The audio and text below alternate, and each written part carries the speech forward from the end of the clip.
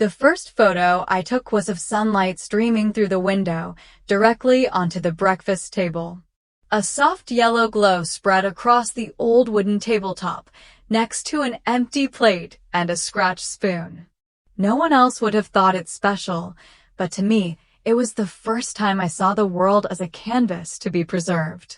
It was in the spring of my 14th year, when I still didn't know exactly who I was other than that I was different from everyone else in my family. My house is in a quiet neighborhood in Northern Virginia.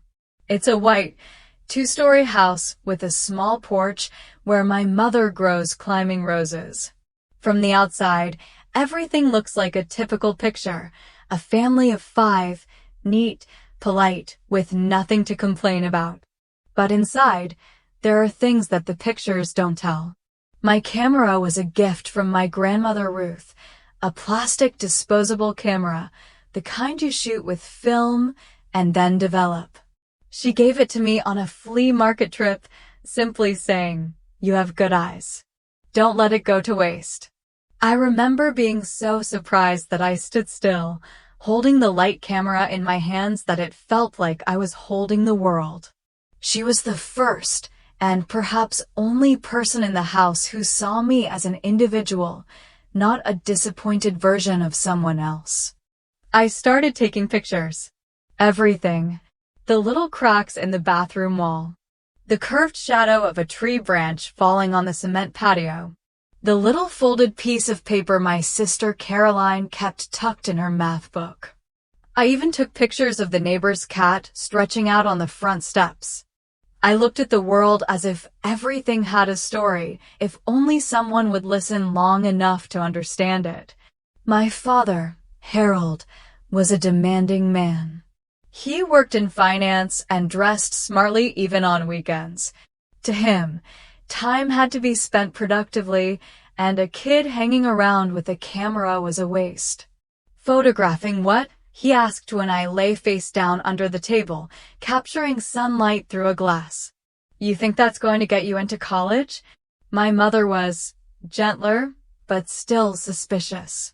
"As long as you don't neglect your studies," she said without looking up from her book. Her reluctant agreement was colder than an outright prohibition. My brother, Wade, 3 years older than me, was my dad's ideal type. Soccer player, good student, outgoing personality. Caroline was 2 years younger, always knew how to please adults, and pretended not to understand when necessary. As for me, I was forgetful, daydreaming, and asking questions that no one wanted to answer. That spring, Grandma Ruth fell ill. She was rapidly losing weight, but she still made it a habit to have lunch with me every Saturday. The last time we had lunch together, I took a sneaky picture. She was smiling, holding a pale blue plastic cup. The light from the window shone through her hair, creating a soft halo around her face. She looked peaceful. I had no idea it would be the last time. She died a week later. The funeral was held in a small church. I stood quietly in the corner, holding the framed photo of myself on the table next to the main portrait. People came up to me, saying it was so beautiful, so warm, but no one asked who took it. When my mother saw me standing there, she just whispered, "Good at keeping quiet, Stephanie." I didn't know whether to feel proud or hurt. Something inside me closed in that moment, as if I realized my true place in this family, behind the lens, but never with my name on the photo. A week after the funeral, I found my camera stuffed into a drawer under the sink. The film cap had been removed, and the last few untaken pictures had been thrown away. When I asked my mother, she just shrugged. "You need to slow down a bit. Don't be so gloomy all the time." I said nothing. I just picked up the camera, light and cold, and walked upstairs. That night, I took the old photos, put them in a small box, and hid them under my bed. From that day on, I continued to take photos, but I stopped sharing them. I understood. If no one wanted to see the world through my eyes, then I would keep that world to myself. But once you start seeing the truth through the lens, you can't pretend it doesn't exist. And so I began to live two lives, one to show them and one to keep through each photograph I never put down. They thought I was studying corporate finance.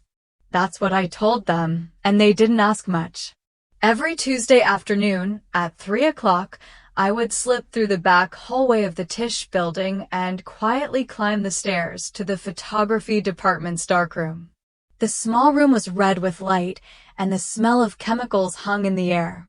But for me, it was the only place where I didn't have to pretend.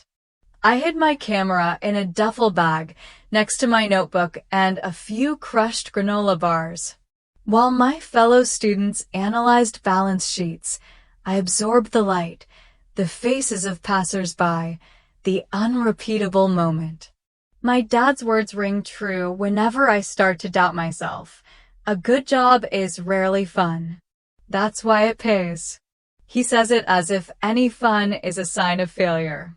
I didn't hate business school. I just didn't see myself in it.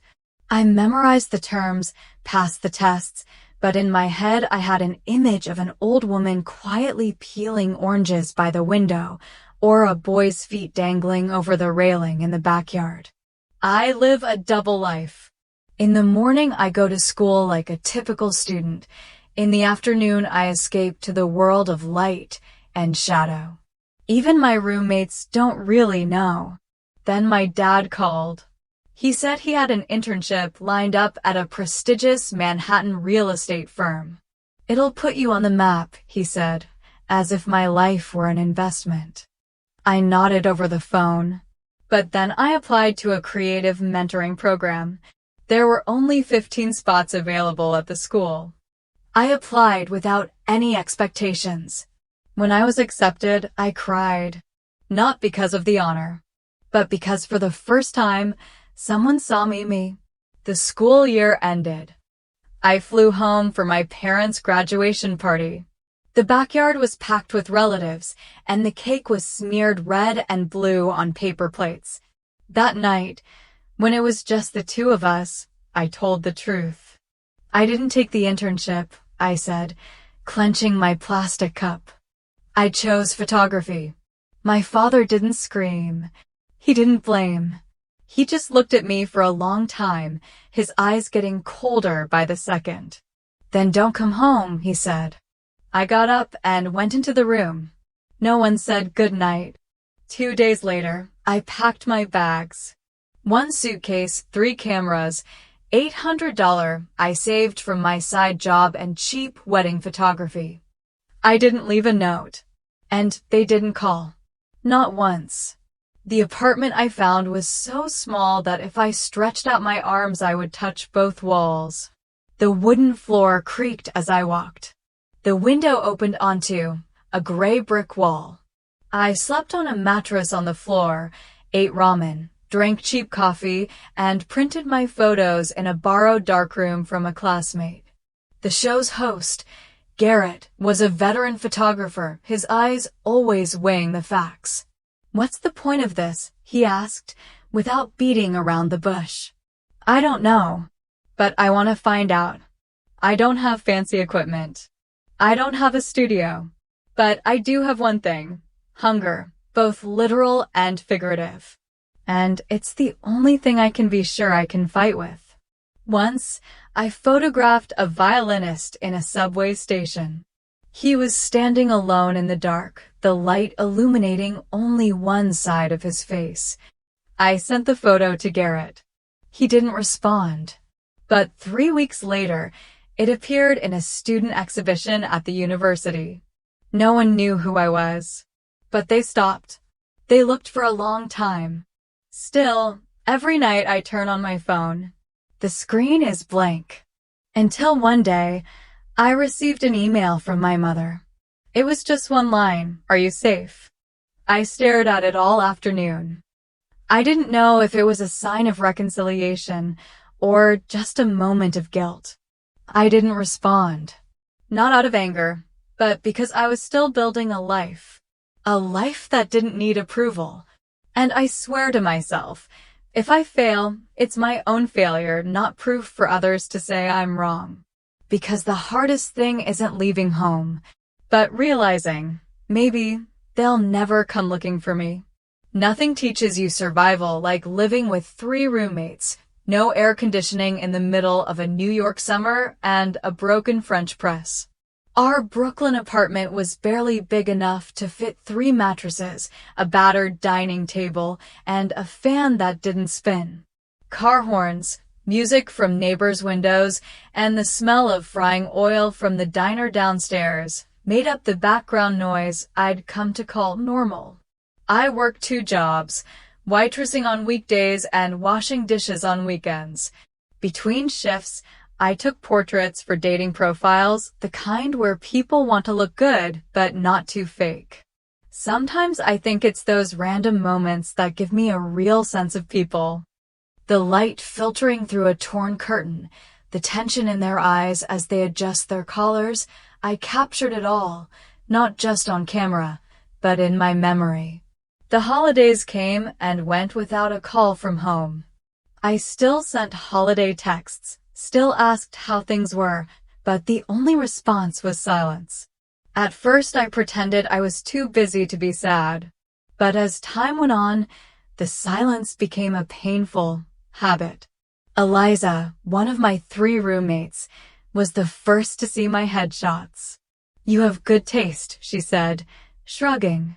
One evening, she placed a job posting for a photography assistant in front of me.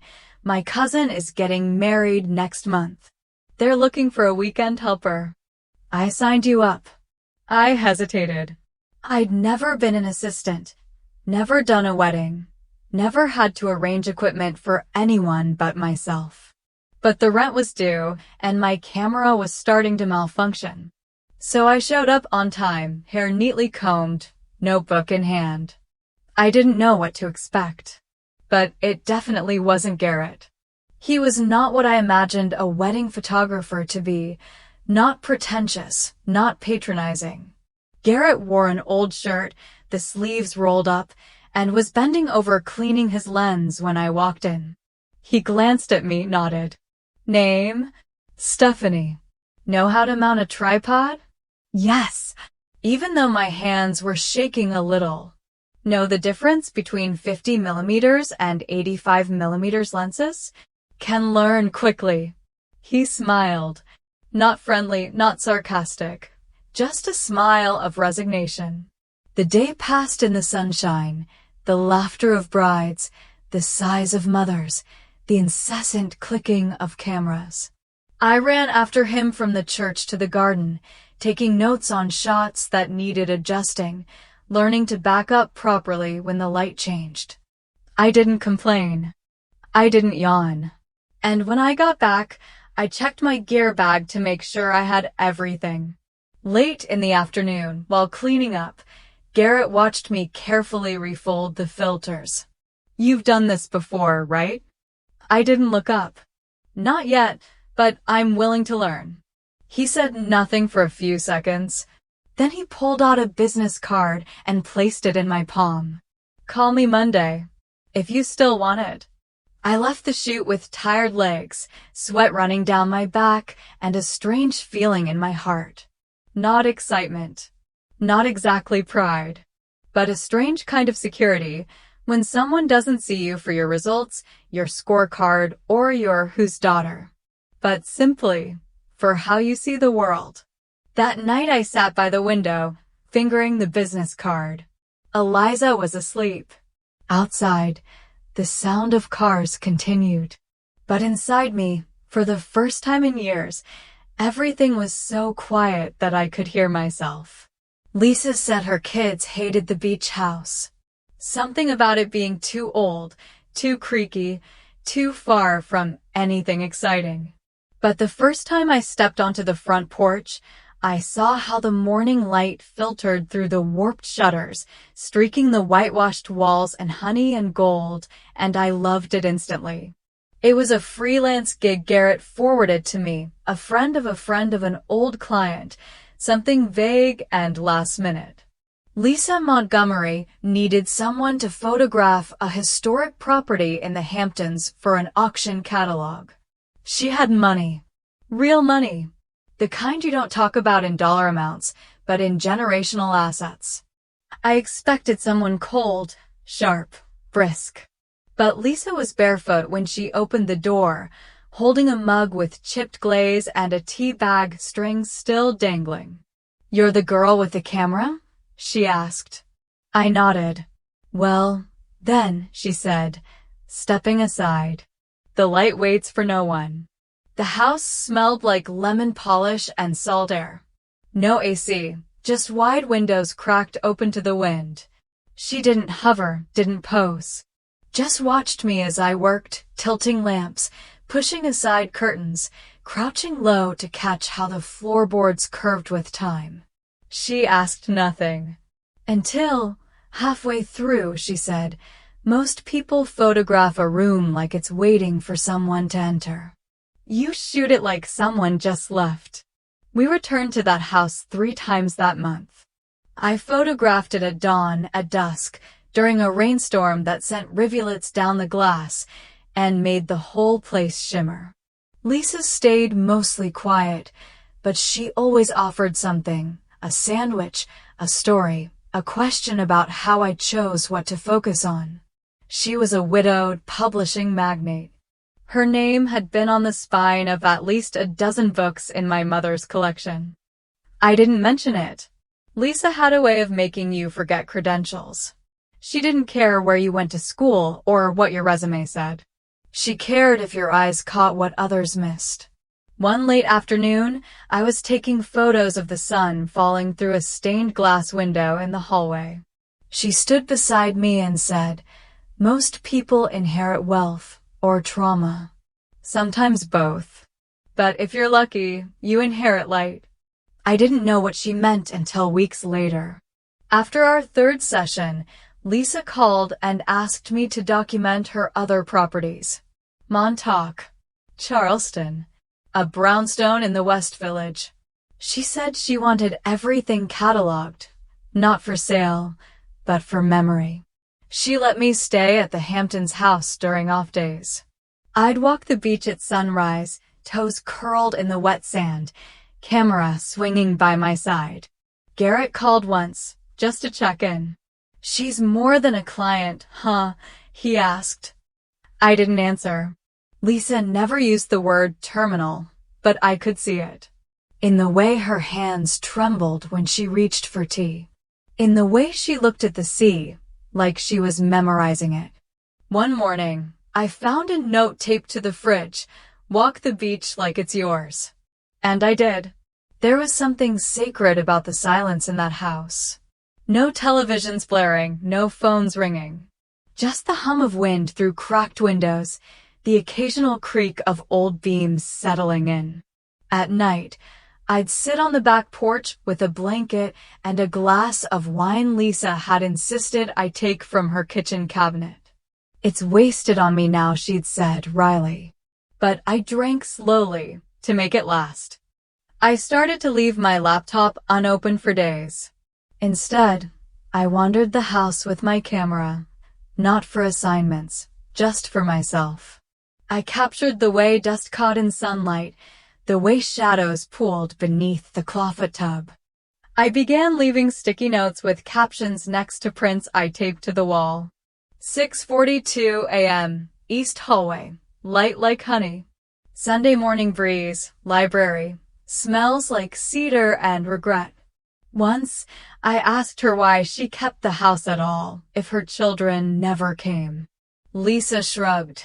"Because it deserves to be remembered. Not sold. Not flipped. Just remembered." Her kids came once, briefly.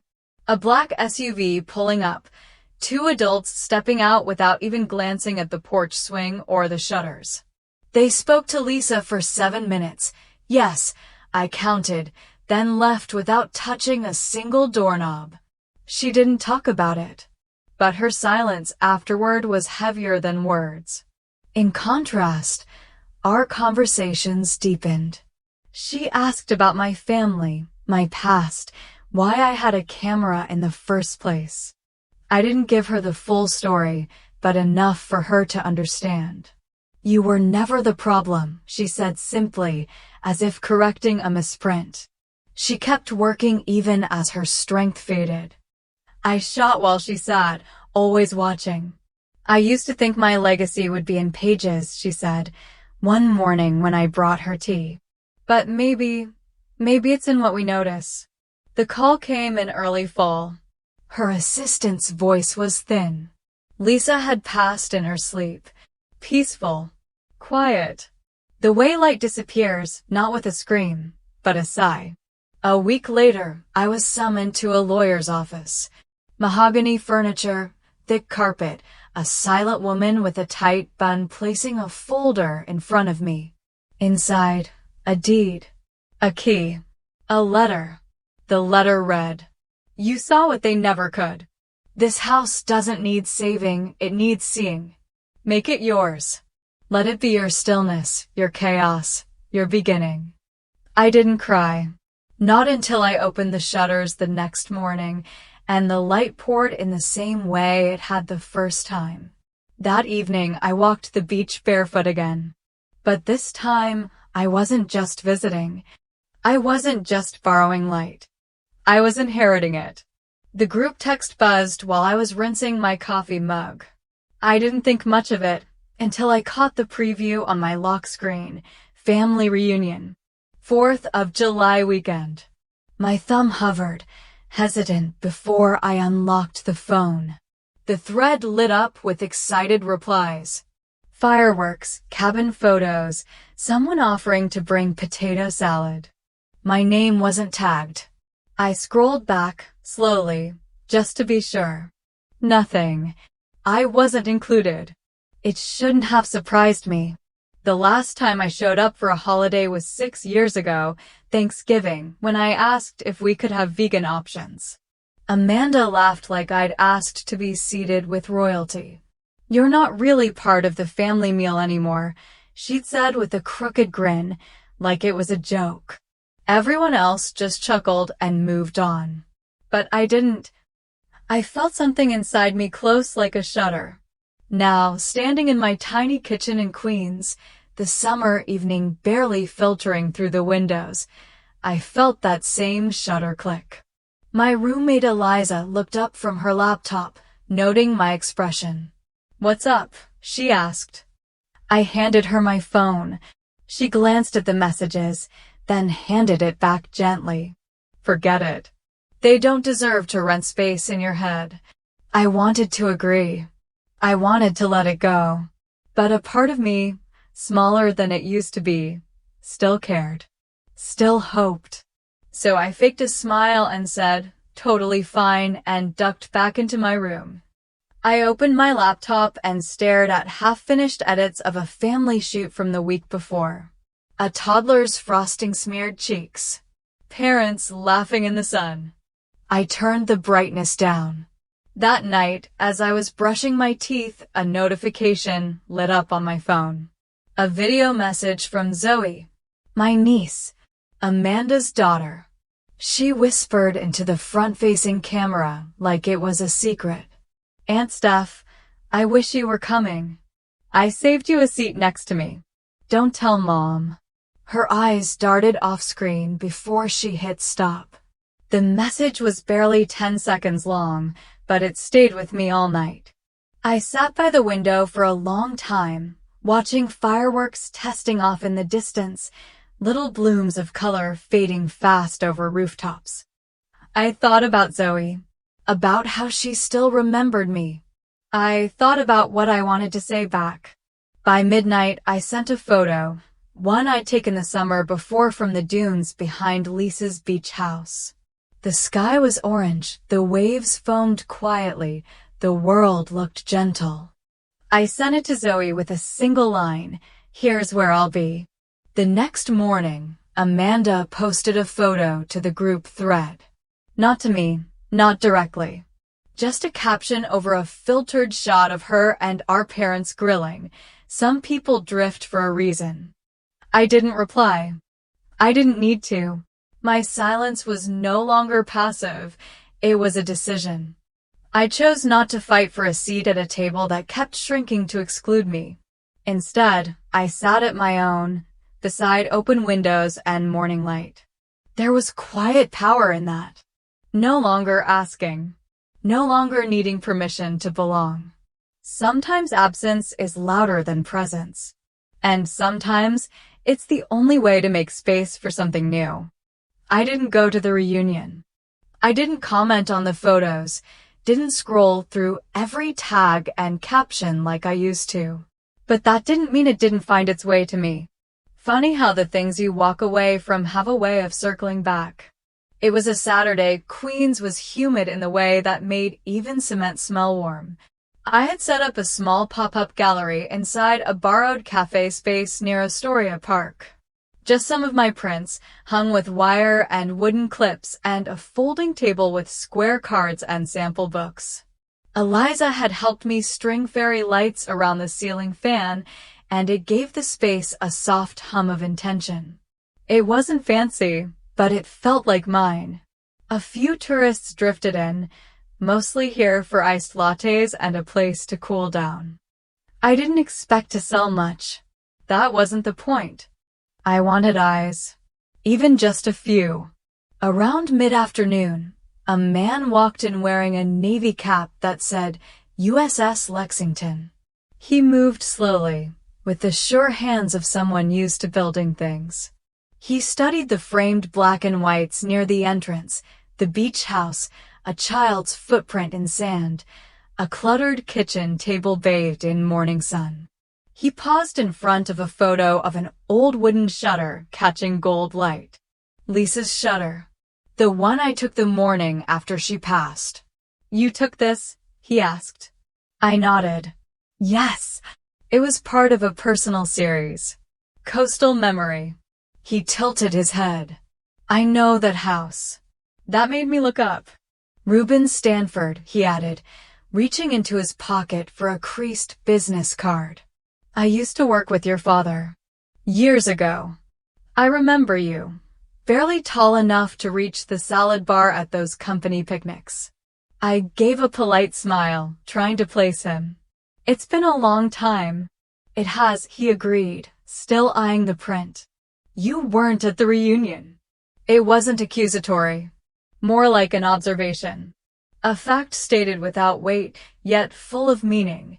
No, I said simply. He turned to look at me again. Your father mentioned something about a beach property? Said you ended up with a house somewhere out east. That true? I hesitated. Sort of. It belonged to a client who passed. She left it to me. He nodded slowly.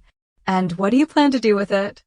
I'm still deciding, I said, which was mostly true.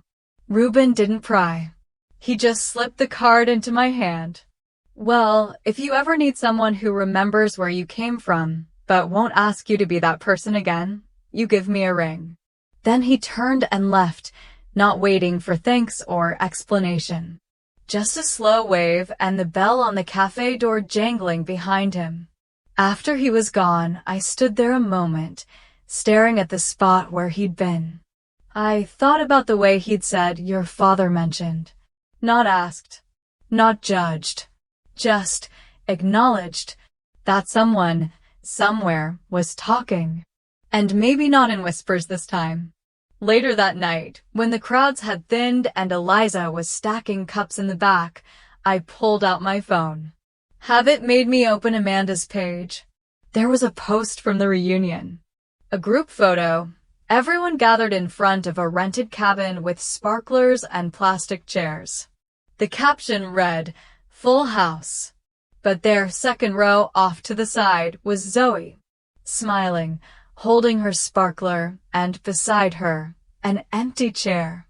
My throat tightened. I stared at that photo for a long time. Not because it hurt. Not anymore. But because something had shifted. I wasn't erased. I was missing. That's different. That leaves a space. I was about to close the app when a new email pinged through. From my mother. Subject line, House. That was it. No greeting. No explanation. Just one word. I didn't open it. Not yet. Instead, I looked around the little gallery. At the photos on the walls. At my life, framed and lit and present. I thought about what Ruben said. About people starting to ask the right questions. And for the first time in years, I realized I wasn't waiting for an invitation anymore. I was deciding which ones to send. It wasn't ghosts. I told myself that as I stepped through the front door and the old hinges gave their familiar creak. It wasn't ghosts. But the house made sounds like it remembered more than I did. The screen door slapped gently behind me, and the smell of salt and driftwood wrapped around my shoulders like an old quilt. It had been a few weeks since the pop-up gallery, since Ruben's visit, since the email from my mother that I still hadn't answered. I needed space, and this house, the house Lisa left me, had always known how to offer it. The wind off the ocean rolled in slow, cool gusts through the shutters, scattering dust motes into gentle whirlpools across the wooden floors. I moved barefoot through the hall, camera in hand, letting my lens catch where the light kissed the door frames and peeled paint. Every corner of this house held a curve of memory. Lisa once told me, over tea on the porch, the beach will always welcome you. People take longer. She'd smiled like it was a private joke, but I knew it wasn't. She understood isolation.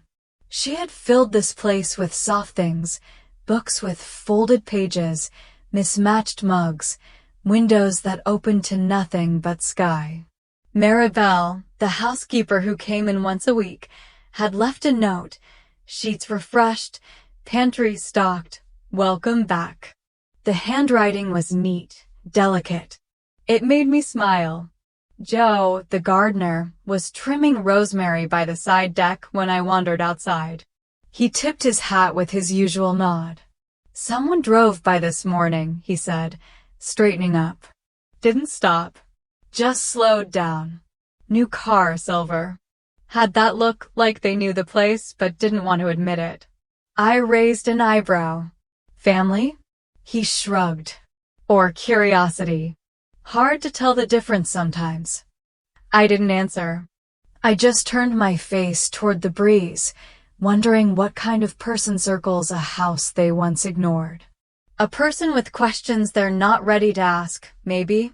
Back inside, I opened the drawer near the fireplace, the one Lisa always told me not to bother with.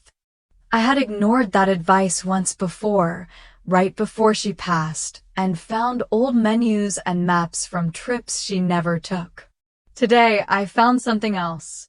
A wooden frame, still wrapped in tissue. Inside it was a photo I didn't even remember taking Lisa and I on the back porch, laughing.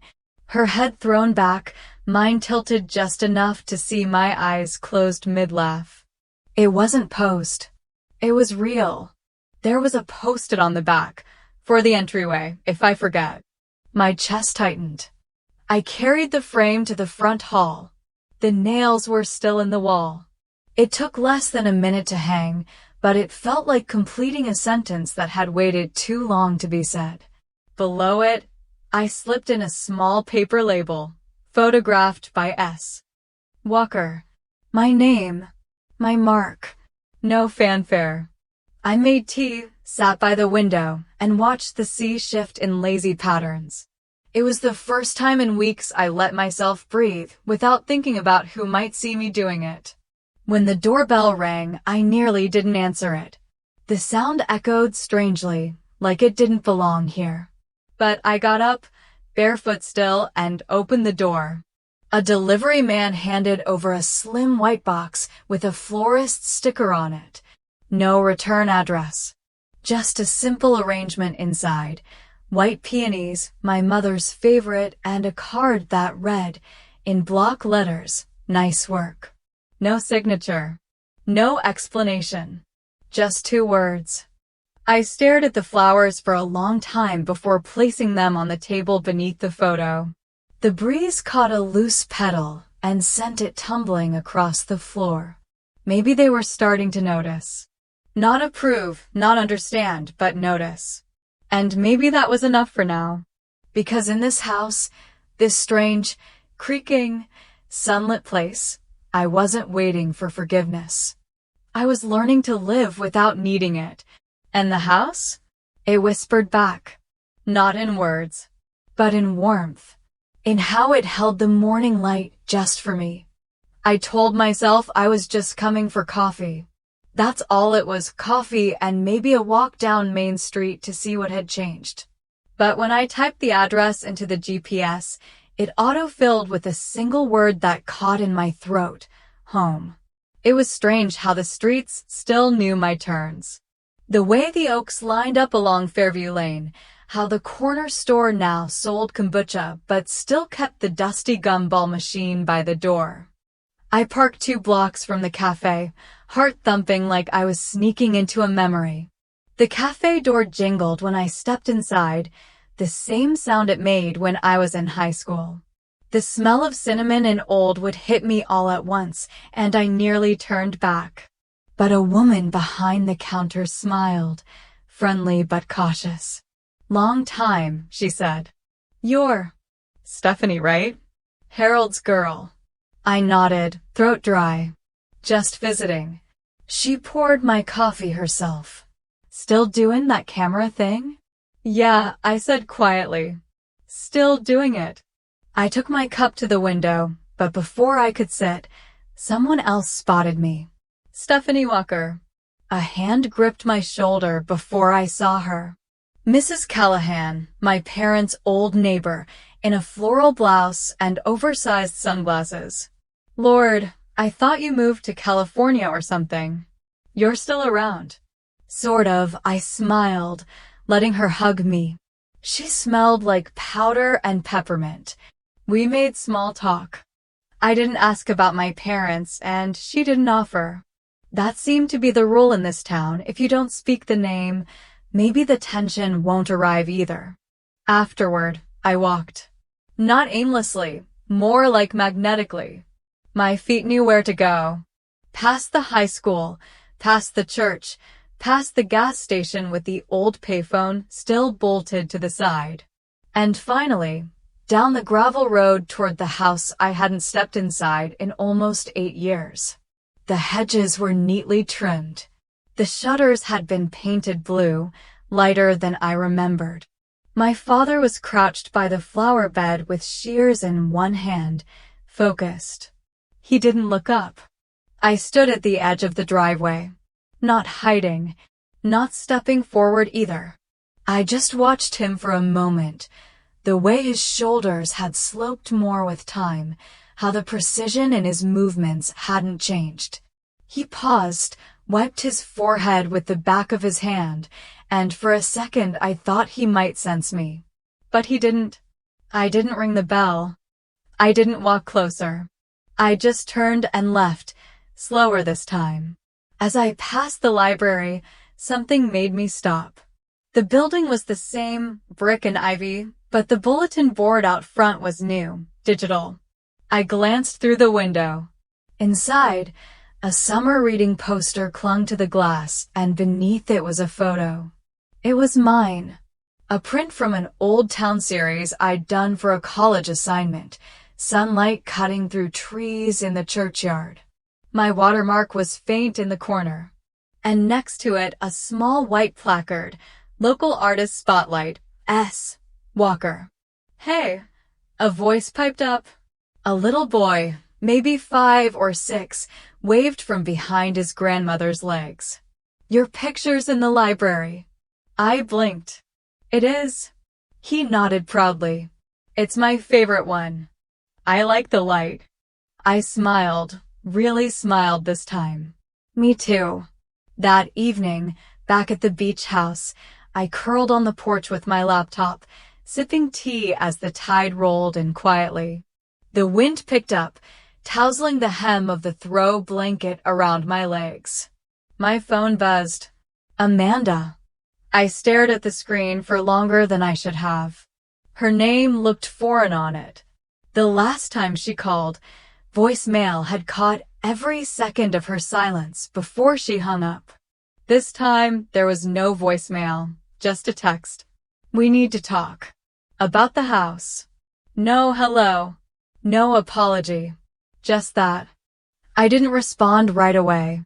I let the message sit there like a shell half buried in sand, familiar and mysterious all at once. Maybe this was how it started, the unraveling of silence. But I knew better than to think I could control the shape of the conversation. It was already moving, already shifting. The difference now was, I wasn't waiting to be invited in. Amanda was already seated when I walked in. Back straight, fingers wrapped around a mug she hadn't touched. The cafe was mostly empty, just a few retirees tucked in the corner, murmuring over newspapers, and a waitress refilling sugar jars with the kind of slowness reserved for rainy afternoons. I slid into the booth across from her. The leather seat hissed softly beneath me. She looked up briefly, then back down. It wasn't a smile she gave, just a nod. Like we were former coworkers being polite after a long HR mediation. Still take yours black, she asked, gesturing to the coffee between us. Still, I said. My voice felt too loud in the quiet. She hesitated, then added, you look different. I shrugged. So do you. That was all the small talk we had in us. Amanda cleared her throat. So, you didn't tell anyone about the house. There it was. No warm-up. No slow ramp into the topic. Just straight to the thing we both pretended we weren't here for. I didn't hide it, I said. You didn't share it either. No one asked. Her jaw tightened, and she reached for her coffee, then seemed to remember it was cold and put it back down untouched.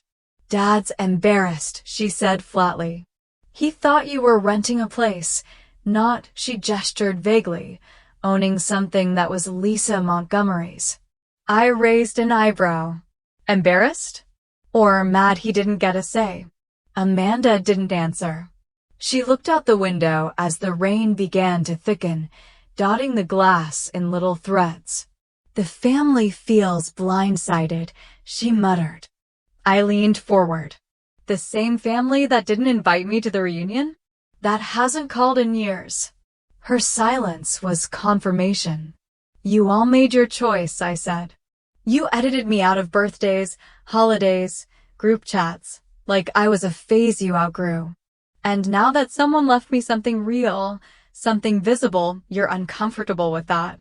You don't understand what it looks like, Amanda snapped. To people back home. To the cousins. To Zoe. That name landed heavier than the rest. She knew it would. I took a breath. Zoe writes me letters. Did you know that? She sends drawings. Asks if I still take pictures of clouds. She didn't learn that from you. Amanda's face faltered for the briefest second. Then she composed herself again, shoulders back, mouth tight. I'm not here to argue, she said. Mom's worried about Dad. His health's not great. He's thinking about selling the lake house. She thinks we should meet there before decisions get made. Decisions? About what happens next, she said. About us. About fixing this. I looked down at the wooden table between us. There were tiny knife marks in the grain, years of meals and motions wearing it down. I wondered how many people had sat here, pretending they were close. You want me to go to the lake house, I repeated. It's not just about the property, she said quickly. It's about starting over. I smiled, but it wasn't kind. You never wanted to start anything with me, Amanda. You wanted me to disappear. And I did. Now you want access. Not connection. She didn't deny it. I don't hate you, she said suddenly. In case you think I do. I don't think you hate me, I said. I think you never really saw me. There was a long pause. The kind where air gets thick and people start checking clocks they don't care about. I stood, pulled a 20 from my wallet, and set it on the table. You can tell them, I said, sliding on my jacket, that I'm not coming to the lake. But they know where to find me. Amanda looked up. Where? By the ocean, I said. Where someone once said I belonged. The bell above the cafe door jingled as I left, and I didn't look back. Outside, the rain had slowed to a mist, like the world was exhaling. The email came on a Thursday morning, just as the wind shifted through the dunes and made the shutters in the kitchen rattle gently. A local gallery in Montauk was curating a late summer show, Spaces That Hold Stories. They'd seen my work, specifically the beach house, and wanted to feature it. Not just the images, but the history. My story. At first, I stared at the screen in silence. Then I closed the laptop and made tea. It felt like being asked to put my ribs on display. Lisa's house wasn't just where I lived. It was the place where I began to see myself clearly. And now, they wanted to hang that clarity on a wall with labels and lighting. I called Eliza. I don't know if I can do it, I said. What if the family sees it as a challenge? Steph, she replied, her voice as firm as it was loving, you're not responsible for their insecurity. You're responsible for your truth. That night, I wandered through the house with my camera, not to shoot, but to feel. The air held a warmth that didn't come from the weather. The walls remembered Lisa better than I ever could. Her scent still lingered in the cedar drawers, her handwriting in notes I hadn't yet discovered. In the back hallway, behind a linen closet door, I found a thin wooden frame. Inside was a piece of paper, faint, yellowed, with just one sentence in Lisa's looping script, "Truth is loudest in quiet places." I ran my thumb across the edge of the frame. There was no photo inside. Just that sentence, tucked there like a dare. For the next 2 days, I didn't touch the gallery email. Instead, I collected prints. I pulled from years of images, sunlight stretching through Lisa's hallway, the shimmer of the ocean in April, shadows cast on old pine floors. Some had been taken before I even knew the house would be mine. Some just last week. Every image had breath. Garrett texted me out of the blue on the 3rd day, "You've always had the eye. Now show them the vision." So I sent the gallery my response, a digital folder titled Her Light, My Lens. Inside were 12 curated prints and a short artist's note. This home didn't belong to me. It welcomed me anyway. I never asked for it. But it saw me, and I learned to see myself through it. They accepted the exhibit within hours. Said it would anchor the entire show. I expected to feel relief. Instead, I felt exposed.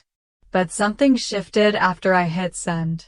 Like I'd told the truth in a way no dinner table or phone call ever could. The story was no longer trapped in my lungs. 3 days later, my phone buzzed while I was making lunch. A voicemail. I didn't recognize the number, but the voice I knew immediately. "Stephanie," my mother said, pausing like the word tasted different now. "We saw the gallery. Your father, he wants to visit the house." That was it. No apology. No explanation. Just that. I sat down at the kitchen table and let the silence settle. Outside, the ocean kept moving. As if it didn't care who came or went. As if it only ever asked that you listen. They didn't knock. I heard the crunch of tires on the gravel drive, then the creak of the deck boards. By the time I stepped out from the kitchen, they were already standing there, my father with his hands in his pockets, my mother adjusting her cardigan like armor, Amanda with Zoe slightly behind her. We all looked at each other for a long beat. No one moved. No one smiled. It was as if we had each imagined this moment separately and none of our versions matched. I opened the door. "You might as well come in. The tide's not going to wait for any of us." Zoe darted through first, her sneakers squeaking softly on the wood floors. It's even prettier than the pictures, she whispered, wide-eyed, spinning in the middle of the living room like she'd stumbled into a movie set. My father stepped inside next, not making eye contact. He glanced around with that same expression he wore at open houses when I was a kid, half appraisal, half discomfort. My mother trailed him, eyes scanning the room like it might contain a quiz she hadn't studied for. She paused at the entryway. "It has your touch," she said quietly. Not a compliment, not a judgment, just a statement she wasn't sure how to frame. I poured coffee. Nobody asked for any, but I made enough for all of us. The scent filled the house and cut through the awkward silence. We sat around the small kitchen table Lisa once called her thinking spot. It was never meant for a family reunion. No one touched the muffins I set out. We didn't talk much. Amanda ran her fingers along the edge of her napkin, folding and unfolding it. Zoe played with a seashell centerpiece. My father kept glancing out the window like the ocean might offer an escape hatch. It wasn't until dinner that something gave way. "I don't know what you expected," I said, my voice even. "You're not guests. You're just late." The air turned denser. Amanda blinked slowly. My mother looked down. My father didn't flinch. Amanda finally spoke. "I envied you, Steph. I always did. You got to leave. You got to be you." I stared at her, letting the words settle. I got to be alone. That's what I got. Her eyes welled up. She didn't argue. That surprised me more than anything. Zoe, sweet Zoe, looked from one adult to another. "You're not fighting, right?" I just wanted everyone to see how cool Aunt Steph is. I swallowed the lump in my throat. After we cleared the dishes, I started a fire in the small hearth Lisa had insisted on keeping, even when it needed repairs. We sat in the flickering warmth, not quite close, but not cold either. My father stood and walked over to the mantel. He pulled something from his coat pocket and placed it between a small potted fern and an old ceramic lighthouse Lisa had once loved. It was a photo. Me, age 12. Holding a cheap plastic camera, grinning at something just outside the frame. "We never forgot," he said, almost inaudibly. "We just didn't know how to ask back." No one said anything for a long time. I didn't rush to respond. I didn't tell him it was okay, because it wasn't, not yet. But I didn't tell him to leave, either. Later, after they'd gone upstairs to the guest rooms, I stood alone in the living room, staring at that photo. I didn't know if I believed him. But the fact that he brought it meant something. Outside, the tide kept shifting. Inside, something had shifted, too. "So," Zoe asked one morning as she dangled her legs off the deck bench, "are we part of this house now, too?" She said it so innocently, like asking whether she could share the last piece of pie. I smiled. "You're always welcome here," I said, brushing a wisp of her hair behind her ear.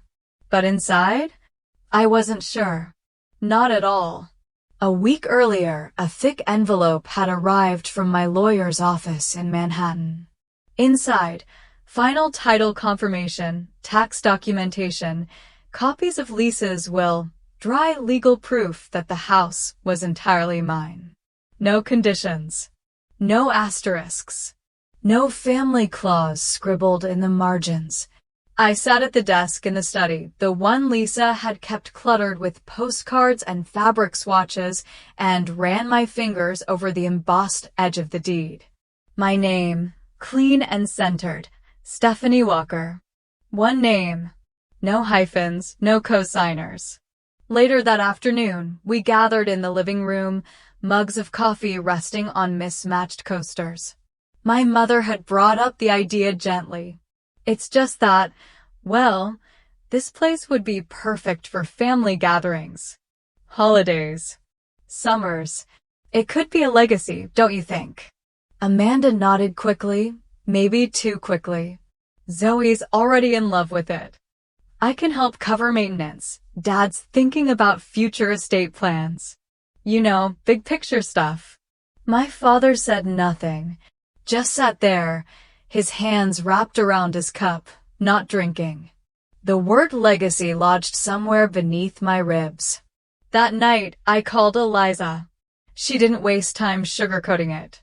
Steph, you don't owe them anything. Not a single square foot. If you want to give them space in your life, that's your choice. But don't let them dress it up in nostalgia. They left you out. I stared out the window. The ocean was glassy under moonlight, like a sheet of silver waiting for someone to break it. I know, I whispered. But Zoe didn't. The next day, I booked a meeting with my lawyer. Just to be sure. He scanned the paperwork, adjusted his glasses, and said, legally, it's airtight. Morally, that's your battlefield. And so, on a breezy Saturday afternoon, we sat on the deck with the sun dipping behind the dunes. My family looked out of place there. Amanda was wearing heels. My mother had brought her own tea bags, and my father seemed unsure whether to comment on the view or stay silent. I took a breath. This house, I said, wasn't built for any of us. Lisa made it what it is. She chose me not because of blood, but because I saw something here. I gave it a kind of attention she recognized. They didn't interrupt. You're welcome to visit. Always. But this house isn't ours. It's mine. Amanda looked down. My mother's lips pressed together like she was swallowing 1,000 polite phrases. My father? He looked me square in the eye for the first time since arriving. Then I added, softer this time, but if you're really here not for the house, but for me, maybe we can start small. I looked at Zoe, then back at them. Instead of splitting it or scheduling it or debating legacy, let's just share a weekend. One weekend. We grill, we walk the beach. No lawyers. No claims. Just people. Amanda nodded first. Okay, that sounds right. My mother hesitated, then gave the smallest nod. My father didn't say anything, but he didn't stand up either. And that, in our family, was something. That night, I walked through the house barefoot, listening to its creaks and sighs. I paused by the mantel where his photo of me still sat. That 12-year-old girl, camera in hand, eyes wide, ready to document a world that never really looked back. She had no idea what it would take to belong to something, how hard it is to own not just a house, but your place in it. But now, maybe she'd recognize that even cracked things could hold light. They arrived Friday afternoon with too many bags and too many questions. Rolling suitcases that thumped against the deck stairs, tote bags packed with groceries I hadn't asked for, folded sweaters despite the heat. They brought sunscreen, board games, beach towels, and tension that didn't fit neatly into any luggage. Zoe was the first to break the air. This is the weekend, right? She asked me, eyes sparkling. The real one. I smiled and nodded. It's the one we've got. Friday evening started gently, almost deceptively so. We grilled vegetables and shrimp on the deck. Amanda poured wine and told Zoe stories about our childhood road trips, exaggerating just enough to make them funnier than they ever were. My mother found an old photo album in the living room, one Lisa had started filling with shots I'd taken of the house, and she passed it around, her fingers brushing each page like they were glass. For a moment, it felt like something had softened. But Saturday arrived like fog, creeping, blurring, making everything harder to see clearly. By mid-morning, my mother was already rearranging things. She moved the stack of books Lisa had curated on the coffee table and replaced them with a bowl of lemons she found in the kitchen. They brighten the space, she said, not asking. Amanda wandered through the guest room and frowned. The bedding's kind of stiff. Have you ever considered upgrading? You know, if this becomes a regular thing. I bit my tongue. We took a walk to the shoreline that afternoon. Zoe skipped ahead, collecting seashells in a paper cup. Amanda scrolled on her phone. My father trailed behind, hands in his pockets, silent. When we returned, I passed by the study, intending to grab a notepad, and heard his voice through the cracked door. Just think it's a shame, you know? Lisa could have made it easier. Left it to all of us. Would have avoided this awkwardness. His voice wasn't angry, just resigned. Like the house had made a mistake. I didn't walk in. I didn't confront him. I just stood there, staring at the dusty sunbeams on the hardwood floor, and let the weight settle. That night, after dinner, which no one really finished, I gathered everyone in the living room. I need to say something, I began. Zoe looked up. My father paused mid-sip. Amanda lowered her glass. You're not here for the house, I said slowly. You're here because I invited you. And that's a big difference. Silence thickened. Not angry. Just full. I'm not Lisa. I don't host to impress. I don't curate an experience. I opened the door because I thought maybe, just maybe, we could find something here that isn't made of wood or brick. Something real. My mother glanced away. Amanda stared at the floor. And if being here only makes you want to change things, redecorate, redistribute, rewrite history, then this weekend might be our only one. Zoe shifted in her seat, pressing closer to Amanda. No one said anything for a while. Later, after dishes were rinsed and lights dimmed, Amanda knocked gently on my door. I couldn't sleep, she whispered. Too much thinking. I nodded, expecting her to say more. She didn't, until she turned to leave. Would Lisa have wanted us divided like this? She asked softly, almost to herself. I didn't answer. Not because I didn't have one, but because I wasn't sure they were ready to hear it. Because the truth was, Lisa didn't leave them out. They just never showed up in time to be part of what she was building. Sunday morning arrived gently, like a breath exhaled after a long-held silence. No one said much. But for once, it didn't feel like something was missing. The quiet wasn't cold. It felt earned. The light came in through the east-facing windows, landing in soft patches on the kitchen tiles.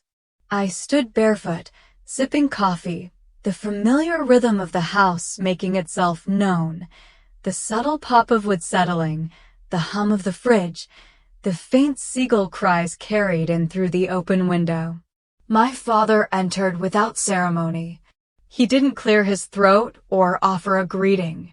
Just nodded once and began folding a pile of laundry on the table, towels from the guest bath, Zoe's tiny t-shirts, a forgotten beach blanket. I didn't stop him. At one point, he held up a dish towel, refolded it neatly, and said, "You've done well here." He didn't look at me when he said it. And I didn't ask what well meant. But I felt the words settle somewhere under my ribs. Amanda appeared next, her hair still damp from the shower. She took one of the mugs, filled it, and sat down across from me. She didn't comment on the lemon bowl my mother had placed on the counter. She didn't rearrange the books. She didn't say anything, really, just drank her coffee slowly, her eyes moving around the room like she was trying to memorize it. Or understand it. Zoe patted in last, carrying a paper cup full of painted seashells. "I made these for the guest room," she said. "Can we keep them here? So next time, it feels like I already live here a little." I knelt down beside her. "I think that's a beautiful idea." She smiled wide and darted down the hallway to place them on the nightstand. We ate breakfast together, scrambled eggs, toast, sliced melon. No big speeches. No awkward questions. Just the sound of forks against plates, coffee being refilled, the occasional hum of a tune Amanda remembered from a childhood CD. When it came time for them to leave, the sun had turned golden, casting long shadows on the floorboards. Amanda hugged me, not tightly, but not loosely either. "Thanks," she said. Just that. Zoe ran back up the porch steps before climbing into the car, whispering, "I left you a secret under my pillow." I found it later, one of her painted shells, with the word home scribbled in marker. My mother lingered last. She stood by the car door, keys in hand, and said, "We'll be back if you'll let us." I held the screen door open, heart knocking once against my ribs. They pulled away slowly. No dramatic glances back. No final waves. Just a cloud of dust on the driveway and the echo of tires against gravel. I stepped back inside. The house was quiet again, but not empty. I paused by the door, fingers brushing the frame where Lisa's candid photo of the two of us still hung, us laughing, hair windswept, backlit by the beach. I whispered, more to the air than to anyone else, maybe. I dipped the roller into the paint tray and pulled it up slow, watching the soft cream color drip, just slightly before I pressed it against the wall. The old blue-gray was still visible in places, Lisa's color. Lisa's room. But for the first time, it didn't feel like erasing her. It felt like opening a window. The breeze carried the smell of fresh paint and salt. The sea whispered through the cracked window, reminding me I wasn't just preserving a memory, I was living inside it now. A faint knock came from the kitchen door. Eliza let herself in, carrying a brown paper bag and a smug grin. "Still refusing to wear gloves, huh?" she said, eyeing my speckled hands. "I like seeing proof that something changed," I replied. She handed me the bag. "Muffins. Blueberry. You earned them." We sat on the floor, legs stretched out, backs against the opposite wall. She scanned the room, noting the photos I'd begun framing, my photos this time. Portraits of strangers and friends, buildings bathed in golden hour light, a black and white candid of Zoe reaching for a shell on the beach. "You really did it," Eliza said softly. I nodded. I wasn't sure what it was, but I felt it too. In the far corner, I'd moved in a small white desk. It used to be Lisa's vanity. Now it held folders, a small printer, a growing pile of grant applications. I had filed for nonprofit status the week before, the Lisa Montgomery Foundation. A small beginning. Scholarships for young women in the arts. Mentorship pairings. A seed. I didn't tell anyone yet, not even Garrett. It felt like something too tender to share until it could stand on its own. Joe, the gardener, passed by the window and waved. I waved back, paint on my wrist. He gave me a thumbs up, then kept walking. Later that afternoon, when Eliza had gone and the light had softened to that amber hue that made the ocean shimmer, I stood at the closet. There was one thing left. A sealed envelope. Lisa's last one. Tucked behind a stack of sketchbooks I had never opened. My hands didn't shake when I slid it open. Just moved carefully, deliberately. Inside was a single sheet of paper. Blank. I stared at it, then turned it over. On the back, in Lisa's looping handwriting, were 4 words.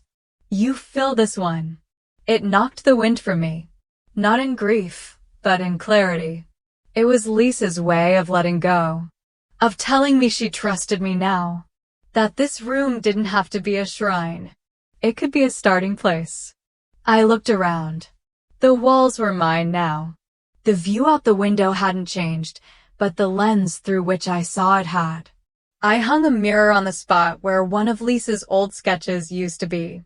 It caught the afternoon light, bouncing it into corners that had long sat in shadow. I sat at the desk, pen in hand. The blank paper lay before me. I didn't write anything yet, but I stayed in that room, in that moment, long enough to realize something profound. Letting go doesn't mean forgetting. It means giving yourself permission to become something more than what you lost. And sometimes, the most honest photograph is the one you haven't taken yet. I leave the porch light on now. Not for them. For me. It casts a soft amber glow over the front steps, catching the corners of the wind chimes and the edge of the wicker chair I've finally fixed.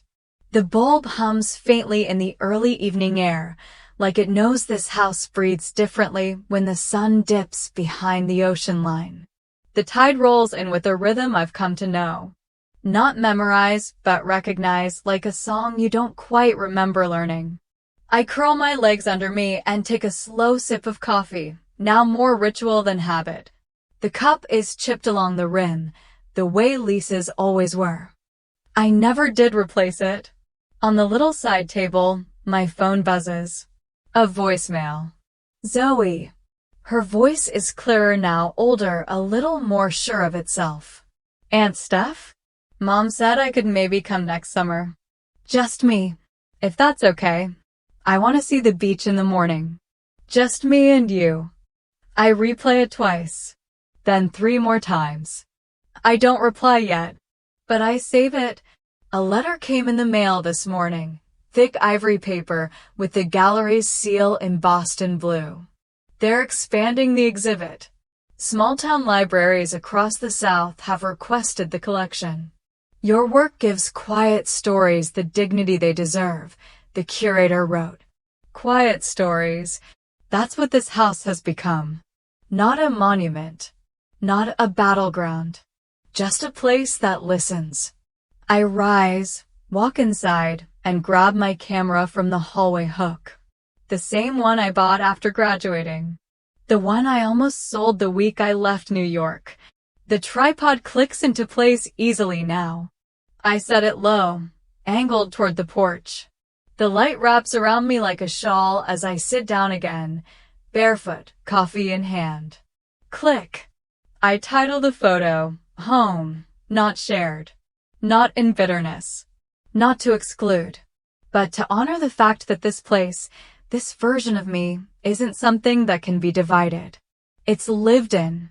I scroll through old shots, find one of Lisa at the edge of the water, hands on her hips, laughing into the wind. And I realize I've started to laugh like her. With my shoulders relaxed, my eyes squinting, like joy is allowed now. I never expected healing to sound like silence. But maybe that's how it always begins. Not with a dramatic return, not with declarations, but with the decision to stay and to leave the light on. Behind me, the waves keep their rhythm. A soft wind dances across the porch, lifting the corner of a book, rustling the photo hung just inside the door. I smile. Not every reunion has to be loud to matter. Sometimes, the most powerful invitation is the one you extend to yourself. And this time, I accepted. I've been following this journey from the very beginning, from the moment a young girl named Stephanie picked up a plastic camera and captured sunlight on a breakfast table, to the day she left the porch light on, not for others, but for herself. And if there's one thing I've learned from her story, it's this. Sometimes, when a door closes, it's not an ending. It's an invitation to begin again on your own terms. This story reminded me that not everyone feels at home in the family they were born into. And yet, even when our loved ones don't truly see us, there may still be someone like Lisa, like Zoe, or even just ourselves, willing to believe in the beauty we carry. Legacy, I've come to realize, isn't what's written in a will. It's the quiet trust someone leaves in your hands, believing you'll make something honest out of it. What about you? Have you ever felt like the forgotten one in your own family? Have you ever had to build a life from scratch, with no applause, no guidance, just a little light inside you that refused to go out. If you have, I'd love to hear your story. Share it in the comments. It might mean more than you think to someone reading it. If Stephanie's journey spoke to your heart, leave a comment with the number 1 so I know you're here with me. And if you enjoy quiet, heartfelt stories like this, don't forget to subscribe or follow the channel so we can keep walking together, story by story. Thank you for staying through all 16 chapters. Thank you for holding space for a story that isn't flashy or loud, just a woman finding her way back to herself. I hope you, too, find your own kind of home. And when you do, maybe you'll leave a porch light on not for anyone else, but just in case you ever need help finding your way back. Take care, and see you in the next story.